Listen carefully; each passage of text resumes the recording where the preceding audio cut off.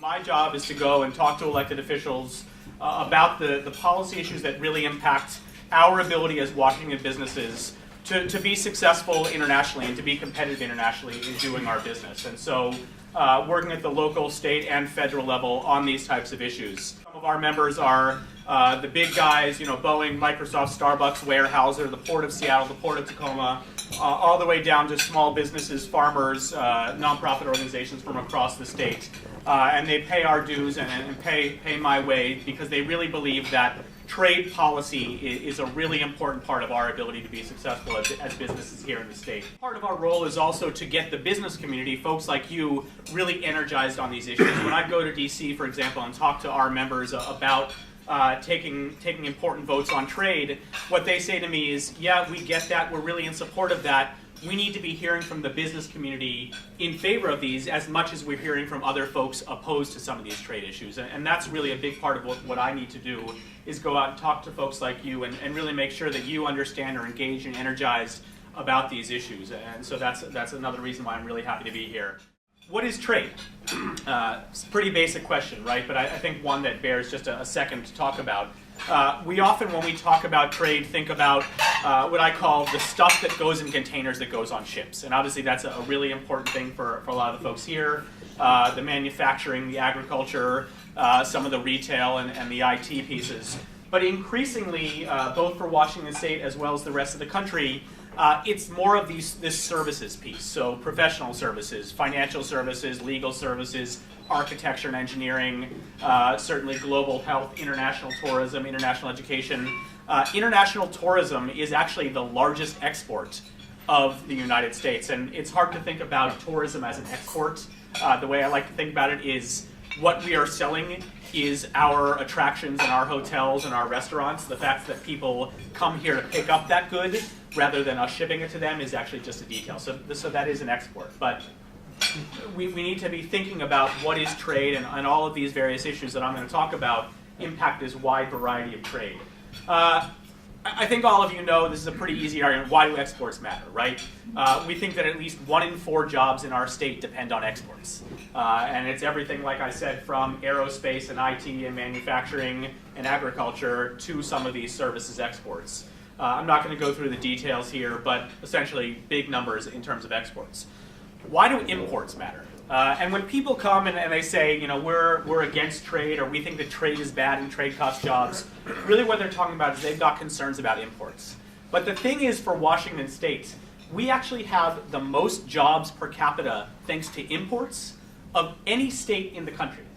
And think about that. Why is that true? Well, we think about at least half, probably close to 70% of the work that's done at our ports in Seattle and Tacoma is import business. So all of those jobs at the port are folks that are offloading cargo. All of the people that are doing the logistics, taking that cargo, putting it on trucks and trains and all the customs and the freight, those are jobs based on trade.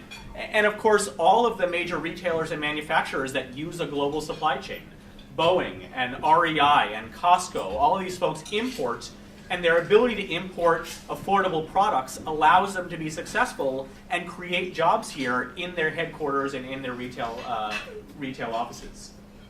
And the final piece, of course, I think a lot of you know, is if we didn't have all these import containers, we wouldn't have the capacity to then ship out all the stuff that we export, all of the ag and everything else. So when we think about why trade matters and why we need to care about these issues, it's both imports and exports, and I really like to make that point. This is the most trade-dependent state in the country, and we've got so many advantages from our ports to our river navigation to the industries that are engaged in trade here that are diverse, our proximity, and everything else. And I think you probably all know most of this as well.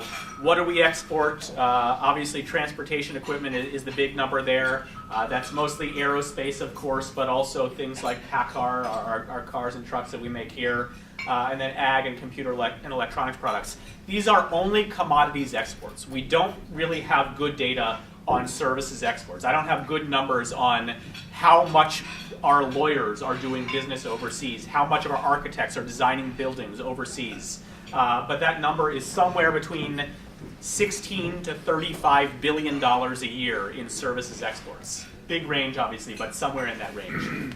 Trade partners as well. I think you guys probably all know this. export commodities, China, Canada, a lot of other places in Asia, Japan, Korea, etc. And then pretty similar on the way back in as well in terms of import commodities through our ports. I think a lot of you are busy in your day-to-day work running your business, and you don't care about what the elected officials are doing. You're just trying to sell things and do services for folks. But I think, as you probably recognize, policy is a big part of your ability to be competitive, whether it's opening up new markets for your goods and services, or trying to get rid of some regulations that maybe are making your jobs a lot harder than they need to be. And so I'm going to just talk about a couple of issues that you may be aware of or not that are really important. I'm going to start at the federal level as well. So the Export-Import Bank of the United States. I don't know how many of you know about this agency of the federal government, how many of you use this agency of the federal government. This is a federal agency that its job is to either make loans or loan guarantees or otherwise help finance exports. In our state, this is a huge, huge federal service. Boeing uses somewhere between 50 to 60% of all the loan and loan guarantees of the Export-Import Bank. And not just to Boeing, but to Boeing customers. For example, if I'm an overseas airline carrier like Air India, I'm going to get a loan from the Export-Import Bank of the United States in order to help me finance my purchase of Boeing airplanes. But even though this is a big Boeing service, approximately about 55 out of the 70 companies in Washington state that use this service are small businesses. So this is really something that impacts small businesses, allows them to get export credit. And those of you who do export know that it's really difficult sometimes. Our banks are sometimes risk averse. There's not as much money as there used to be for lending of credit for exports. And the service of the federal government to guarantee those loans, to lend money for these exports, this is a really important service. So why are we talking about this? This agency, its authority to do lending expires on May 31st, which is pretty soon. And I would say actually even sooner than that. Right now its lending cap is $100 billion. It's probably going to reach that at the end of this month. So in order for this valuable service for Washington businesses to continue, we need to reauthorize this in Congress, and we need to make sure that it's reauthorized at a higher level, ideally somewhere in the 4-year reauthorization range, and as much as up to from $100 billion to $135 billion. A lot of politics around this right now. A lot of folks who are against this for a wide variety of reasons that I'm happy to talk about more if you're interested. But in past years, this has just sort of sailed through on a voice vote. This year, this has become a very, very controversial issue and a very sort of Republican versus Democrat issue as well. And something that we're working really hard with our congressional delegation to make sure that they realize this is important. We've got to reauthorize this. Permanent normal trade relations with Russia. So Russia is the largest economy in the world, about the 11th largest economy in the world, that is not currently in the World Trade Organization, which is something that happily is finally going to be rectified by this summer. So Russia is about to join the World Trade Organization, and the great part about that is when they join the World Trade Organization, they're going to lower a majority of their tariffs. They're going to get rid of a lot of market barriers that keep folks from being able to sell into the Russian market. Here's the only problem. When they join the World Trade Organization and everybody gets access to all of these tariff reductions and non-tariff market barrier reductions, every country in the world is going to have access to those benefits except the United States. And the reason that is very simple is we have something that's called the Jackson-Vanik Amendment. Some of you may know that amendment, passed in 1974 by our good Senator Scoop Jackson from Washington State, that requires us to have permanent normal trade relations with specific countries that have issues mostly around emigration of its citizens. So this was passed in 1974 to deal with the Soviet Union. Soviet Union no longer exists. For some reasons, it was passed along to the Russian Federation, and so the Jackson-Vanik Amendment applies to Russia. Thing is, we actually pass a waiver of that every year. We find Russia in compliance with that. That's actually not a political issue. We just have to get around to passing this permanent normal trade relations with Russia, or else every other country in the WTO is going to have access to all these benefits that we're not going to be able to take advantage of. Now, first of all, why do we even care about this, right? Russia. Who does business with Russia? Well, I mentioned that they're the 11th largest economy in the world. They're a very small trade partner for the United States right now. They're about 31st overall as an export market for the United States, right in front of Panama, if that gives you a sense of how much business we do with Russia, which is not a lot. But for Washington State, our trade with Russia, our exports to Russia increased 80% last year. Our overall state average was 16%, 80% to Russia. So this is a real emerging opportunity for us. And a lot of these market barrier reductions and tariff reductions when Russia joins the WTO are going to be in things like aerospace, IT, and ag. So we care. This is important to us. This is an opportunity for us, right? Getting Congress to pass permanent normal trade relations with Russia before Russia joins the WTO this summer, major issue, major opportunity for us, or else we're going to be sitting on the sidelines watching everyone else compete with us. Again, very political. This is going to be a theme that I talk about in my talk. Obvious things that make a lot of sense for us to do to increase trade that Congress is stuck on. We'll just sort of continue to talk about that as an issue. It's really fun for somebody whose whole job it is to get things passed in Congress to be working with this Congress that doesn't like to pass legislation. So, but this is my personal burden that I get to bear. Probably the final issue that I'm going to talk about on the federal level right now, harbor maintenance tax. This is probably an issue that a lot of you think about in your work. Harbor maintenance tax is a tax that is paid by importers when they come into any port in the United States. Right? So if I'm a shipping line and I've got a whole bunch of goods, I come into the port of Seattle and I pay a certain percentage based on the value of my cargo in this tax, the harbor maintenance tax that goes into the Harbor Maintenance Trust Fund that is used for dredging. It's used for dredging projects across the country. Most of you probably who are familiar with the harbor maintenance tax know that if you care about dredging, we don't really need to worry about that too much in the Puget Sound ports because we've got these wonderful, lovely, natural deep water ports. So what happens to all that money? Well, all that money goes for dredging, some in Washington State, for example, along the Columbia River, which is very important. But a majority of it goes to southeastern United States to dredge the ports that are trying to steal business from the Port of Seattle and the Port of Tacoma. So, fantastic. Love the harbor maintenance tax. But I'm not actually here to talk about that issue. I'm here to talk about the other issue with the harbor maintenance tax, which is called the land border loophole. If I am an importer, and let's say I feel like paying the harbor maintenance tax is not something I'd like to do, well, what are my options? One of my options would be to go up to the Port of Vancouver, BC, or the Port of Prince Rupert, offload my cargo there, put it on a truck or a train, ship it through over the Canadian-US border, and into Chicago. And we call this the land border loophole because we don't charge the harbor maintenance tax at the land border. We only charge it at the ports, right? So we can avoid, if I'm an importer, we can avoid this tax if we just go to Canada instead. It's an incentive for shippers to avoid US ports and instead go to Canada.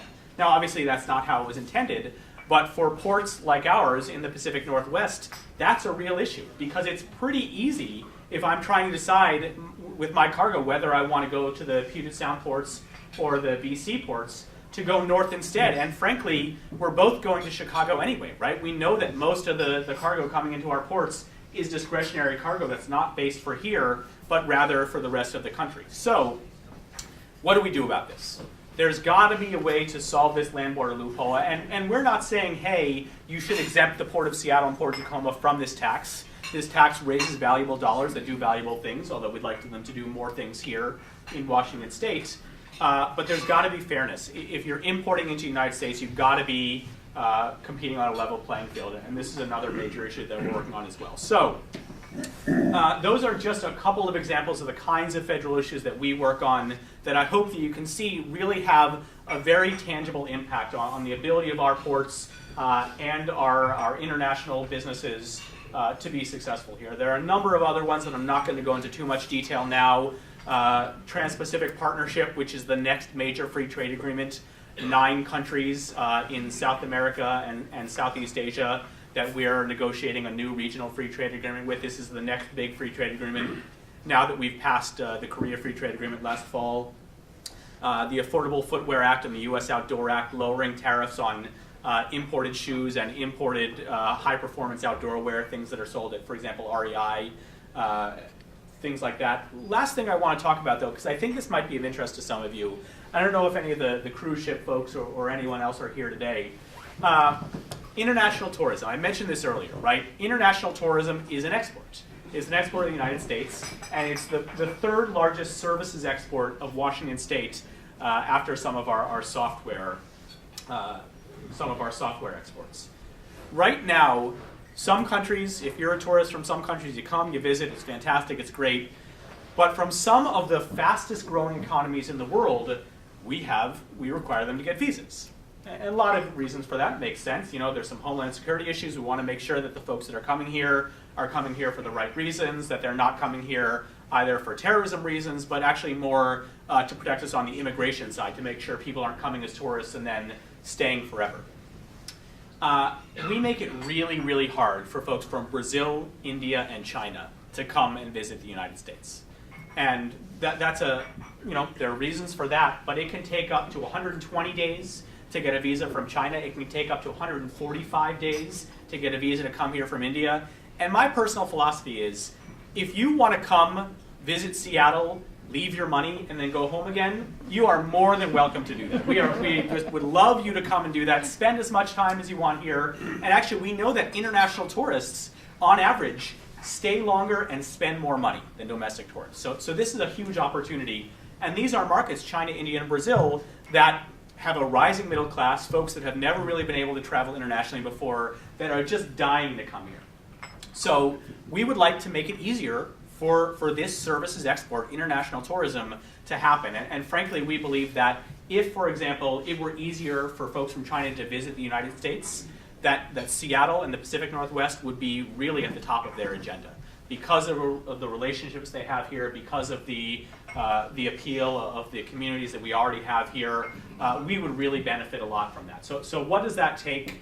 It has to do with a lot of different reforms of making it easier to process visas, and some of this is really basic stuff. Some of this is saying, hey, we need to hire more visa reviewers in some of these State Department offices to just process the paperwork.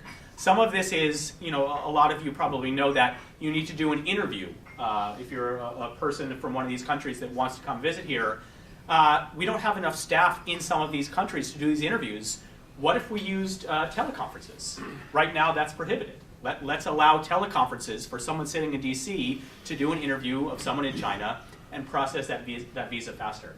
And the last thing I want to say on this is, we talk about this mostly as a tourism issue, but it's a business issue as well. Those of you who have foreign customers from some of these countries that you would like to have come here and do business with you, for example, let's say you're Boeing and you sell a plane to someone from China and you want to have them come pick up the plane. We'd like to make it convenient for them to do that. Some of you that have international offices that would like some of your international staff to come to town for a meeting at headquarters. We'd like to make it relatively easy for you to do that, and right now it's hard to do. And I bring up that issue. I think it's a really important issue and just something that we never think about when we think about trade, so I wanted to highlight that. China. China is a big deal for Washington State. We need to do as much as we can to facilitate business with China because they're our #1 trade partner. And this is not just a question of facilitating more import and export, but really making sure that there's a level playing field. Making sure that the folks that are trying to export from Washington State into China have some of the same advantages and some of the same access to markets as the folks from China have to importing here. And there's a lot of issues there around intellectual property protection, around currency, everything else that we could talk about, but something that we spend a lot of time thinking about. I want to just say very briefly that I talked mostly about federal issues. I mentioned earlier there is a lot of local and state issues and county issues as well. I think we just had a policy issue come up relatively recently of someone wanting to build a basketball and hockey arena down in Soto. And the city and the county having some jurisdiction over that. That's a policy issue. How do we want to make sure that we, as the maritime community, as the freight community, have a voice in that so that we're sure that, again, this is all about competitiveness. This is all about making sure our businesses have the ability to be successful doing international trade, doing maritime issues. That's one example. I think certainly issues around freight mobility and freight mobility investments, making sure that SDOT and WashDOT are thinking about how we make those investments to facilitate freight mobility. Just examples of other issues that we really care about. Last thing I want to leave you with here, and then happy to answer any questions or have some discussion. How many jobs in Washington State are tied to trade? Well, the answer that most people use is 1 in 3 jobs. You may have heard this stat. 1 in 3 jobs in Washington State are tied to trade. And that was 100% true in 1999. This is a copy of the study, Foreign Imports in the Washington State Economy, done by Robert Chase and Glenn Pascal. Maybe some of you know Bob and Glenn. So they did a study. The State Department of Commerce funded this study and found, it was very exciting, 32% of all jobs in Washington State are tied in some way to imports and or exports. It is my humble opinion that the Washington State economy has changed somewhat since 1999. This is just my theory. I don't yet have the data to back that up, but I think that that might be true. And not just in terms of some of the industries that we know we had before that are doing more international business. Boeing and Microsoft were not doing nearly as much international business as they're doing now. And Boeing now, as you probably know, 75% of Boeing planes that are being assembled here in the Puget Sound region are going to international customers now. 60% of Microsoft software is now being sold overseas. So we got that. But think about 12, 13, 14 years ago, how many industries that didn't even exist yet that are now really doing a lot of business overseas. The wine industry, clean technology, global health, all of the work that our legal and financial and architectural services companies are doing overseas that was really zero before. So I think, frankly, if I were a betting man, and I am, that number probably is closer to 1 in 2 jobs now. Half of all jobs in our state tied to trade in some way.